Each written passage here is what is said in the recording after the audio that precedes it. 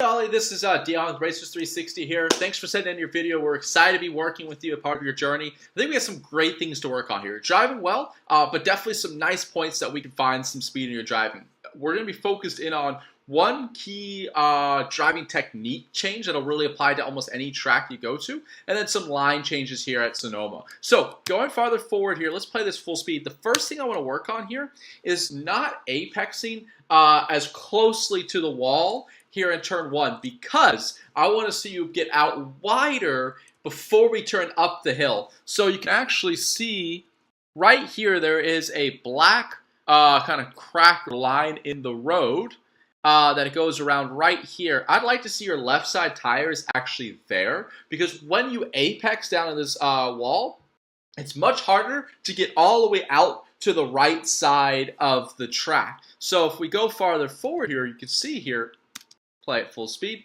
As we're getting ready to jump the hill, we have a lot of room out to our right side. We sort of get out to close-ish to that apex curve, or sorry, exit curve here, but we're not close enough. We're about a half car width to 3/4 of a car width away. So what I'd like to see you is actually out wider right now and almost get kind of parallel, if I get this tool to work here, and almost get parallel with this curb to set up as we go up the hill. That's going to open up the radius of the corner, and it's going to allow you to feel more confident to bring a lot more speed up there. So a little bit wider in the concrete, getting out to this section, driving this section out wider by a good margin there, and then turning it at the same point. What's going to happen is you'll be a little bit wider. You see this, another great kind of spot reference point are these cracks in the road. I'd actually rather see your right side tires on top of those, maybe even the middle of the car on top of those.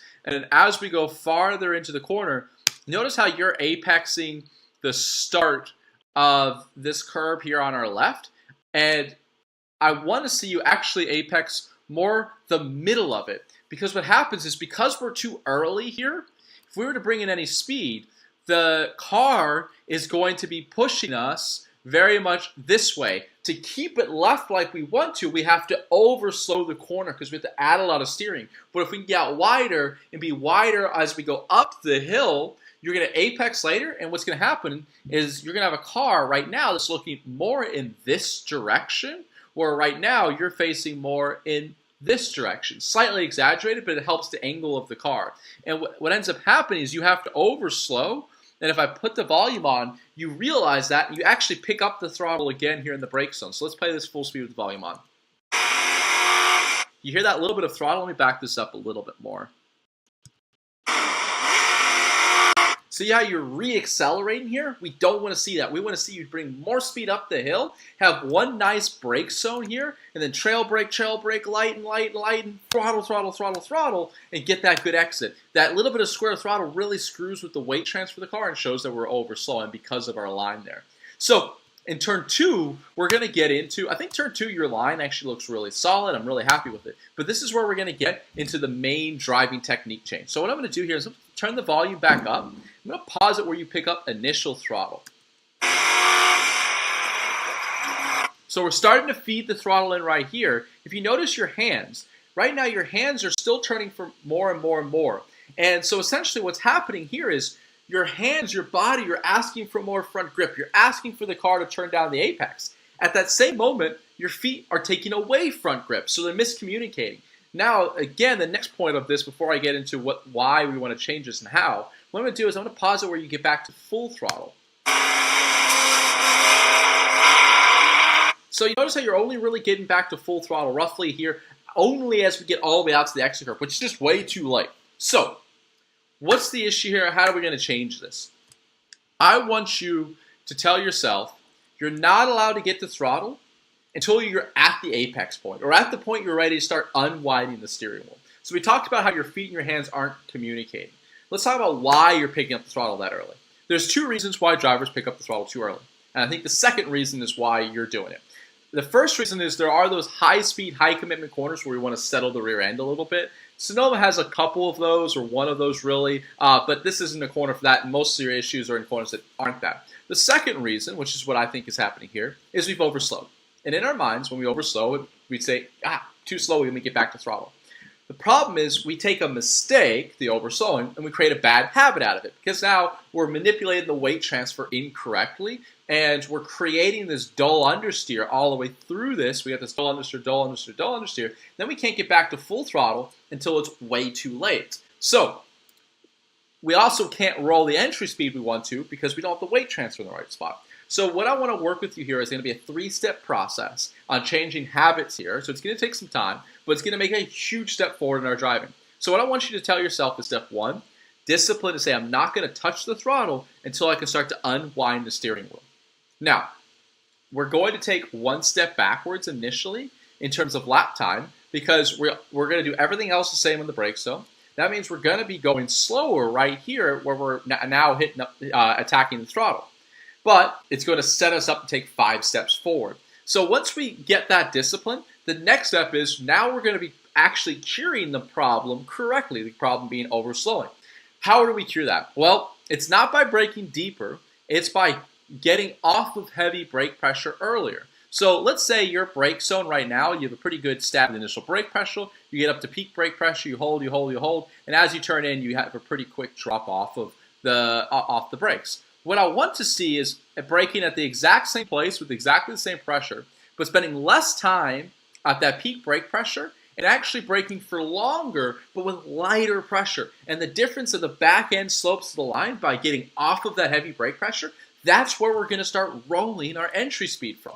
So what we're going to see here is we're going to become approaching, turn the volume back off. We're going to be braking, and then it's lighten, lighten, light, light, light, maybe a second of coast, and then bam, getting the throttle right here. And then what's going to happen is because you're going to have the weight transfer in a better spot, you're going to get more rotation, you're going to be looking more down the road, you'll be able to get back to full throttle about here, where right now you're only getting back to full throttle way out over here, and it feels like you're at the limit of the car because of how you're manipulating the weight transfer of it. So you're going to have more rotation, you're going to be able to roll more entry speed into it.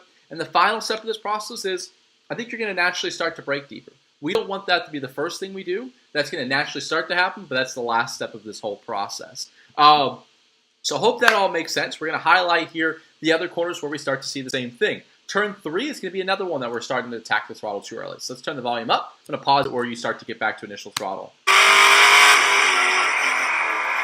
So right here, we're starting to apply the throttle. Look at your hands, how you're turning more, and you've got this dull understeer here, which means it's harder to keep it to the left side of the road. You have to slow down more. So let's say the limit of the car with the throttle application that early is 77 miles per hour. But if you can roll it in on the trail braking and delay your initial throttle until here, you're going to have more weight on the front end, you're going to have less understeer, you're going to be able to keep it left at a higher mile per hour. So maybe you'll be able to be at 80 miles per hour right here and still keep it to the left side of the road because of how you're manipulating the weight transfer. Think of early throttle as lowering the ceiling of grip the car has. The line looks pretty solid. I'm pretty happy with it. Let me go back. Let's take a look here. Actually, I do think we're turning in too early. Slightly early here. I would say I'd like to see you kind of holding it right until the end of that curve, but we kind of start to go straight into it. So that puts us in a tiny bit early of a turn-in point. Good apex point, good through here. Solid up over 3A for the most part. I'm pretty happy with that. So for me, the main focal point is, again, trying to trail brake deeper at the bottom of hill 3 and delay your initial throttle, and you're going to be able to get more aggressive because you're going to have your hands straighter, which means you're going to be able to help yourself up over 3A as well. 4, I think you actually look really solid through. Let's turn the volume up, take a look at that. So you're starting to apply throttle here. That's a great spot.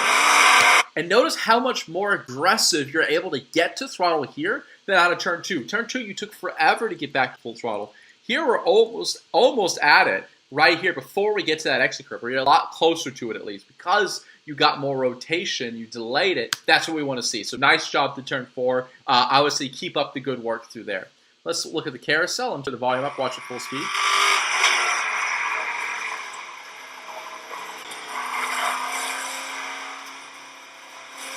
So a lot of maintenance all through the carousel here. What I would like to see you do is get it slightly more to the right. I don't want to be all the way to the right, but if we could just be a third of a car width more to the right here, that's going to help us open up the radius just a tiny bit more. I think we are pretty good through this section right here. But we're having this little bit of a save because I think you're making the corner tighter than it needs to be by entering from the inside.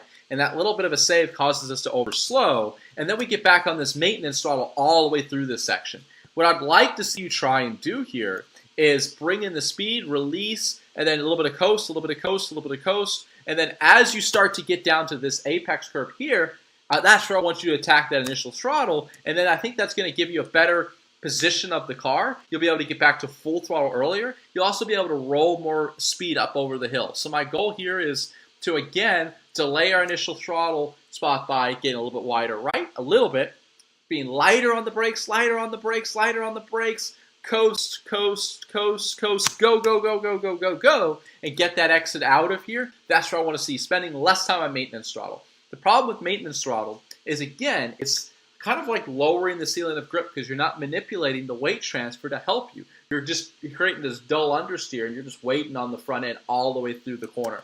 So that's a small note for me out of the carousel, through the carousel. Some room for improvement there, but it's probably not going to be a focal point. Turn 7 is, though. So let's turn the volume up again. And again, I'm going to be listening to your throttle.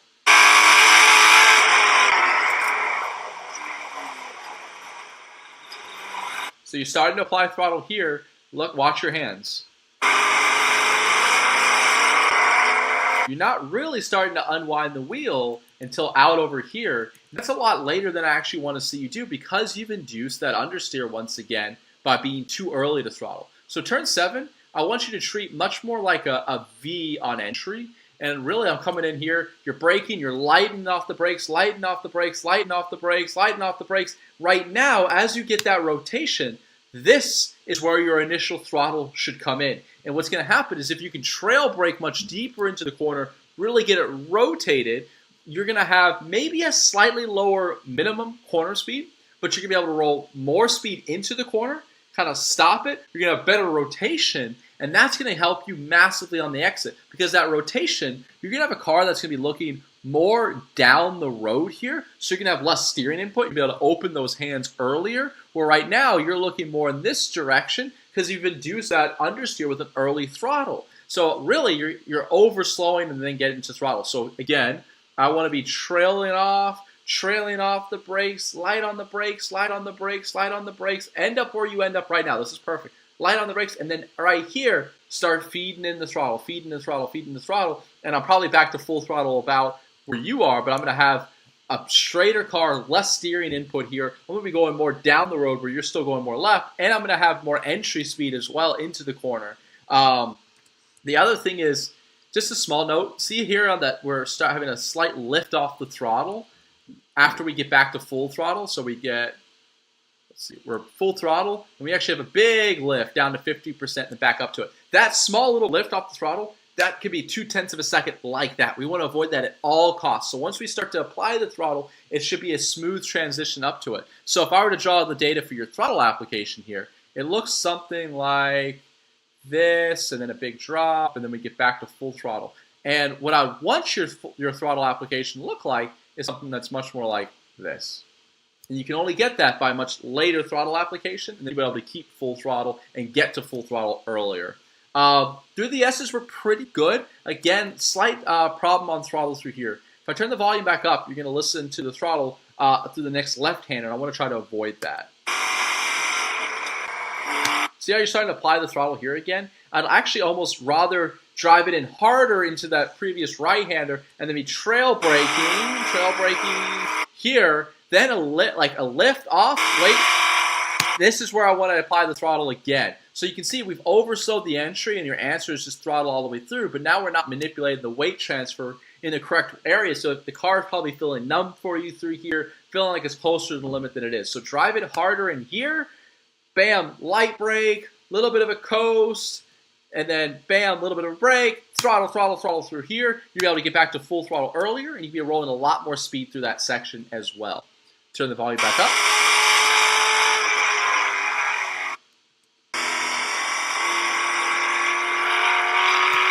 You know, for me here, we have a slightly early turning point. We're slightly early to throttle as well. I'm not too focused here right now. I'd rather focus on other areas of the track, you know, turn 7, turn 3, turn 2. But if I were to say anything, have about a car length or half car length later turning point, half car length to a car length later apex point, and delay that initial throttle application here as well. So let's go to the final corner, turn the volume back up.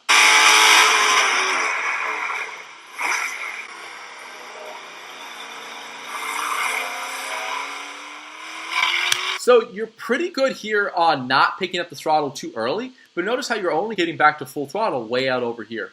For me, I think we have slightly too much entry speed and not enough trail brake. I really want to see you braking hard, trailing, trailing, trailing. Keep on the brakes, keep on the brakes, keep on the brakes. We're too much speed right now, and that too much speed is creating this understeer, and now the front end is just sliding across the road and making us point very much in this direction. So really, you know, if anything, I'd also have a slightly later turn-in point by about a car length or so as well. But for me, the key here is really getting the car slowed down a little bit more at this point and keep it on that trail brake so that we have a car that's looking more in this direction, more down the road, a little bit closer to the tires. And I think it's just your front end sliding from not enough weight on the front end and a little bit too much speed here. So I'd rather see you lose a little bit of time in here, get nice and down, get that rotation, get the throttle here. And that's what's going to happen. What's going to happen then is you're going to be able to get back to full throttle much, much earlier, probably back in this section here before you get out to that wall. And then we're going to get a much better run onto this front straightaway to complete the lap. So overall, you see there's some small line changes, but the main thing is going to be that three-step process of delaying initial throttle until the apex point, especially in turns 2, 3, 7. Well, sorry, 7 is going to be more a little bit before the second apex, but as we're starting to unwind the steering wheel, those are going to be the main corners that we're going to be focused in on there and really working your throttle. And then again, focus on that trailing off the brakes, rolling more entry speed by getting off of heavy brake pressure earlier. And that's what we want to see. Thanks again.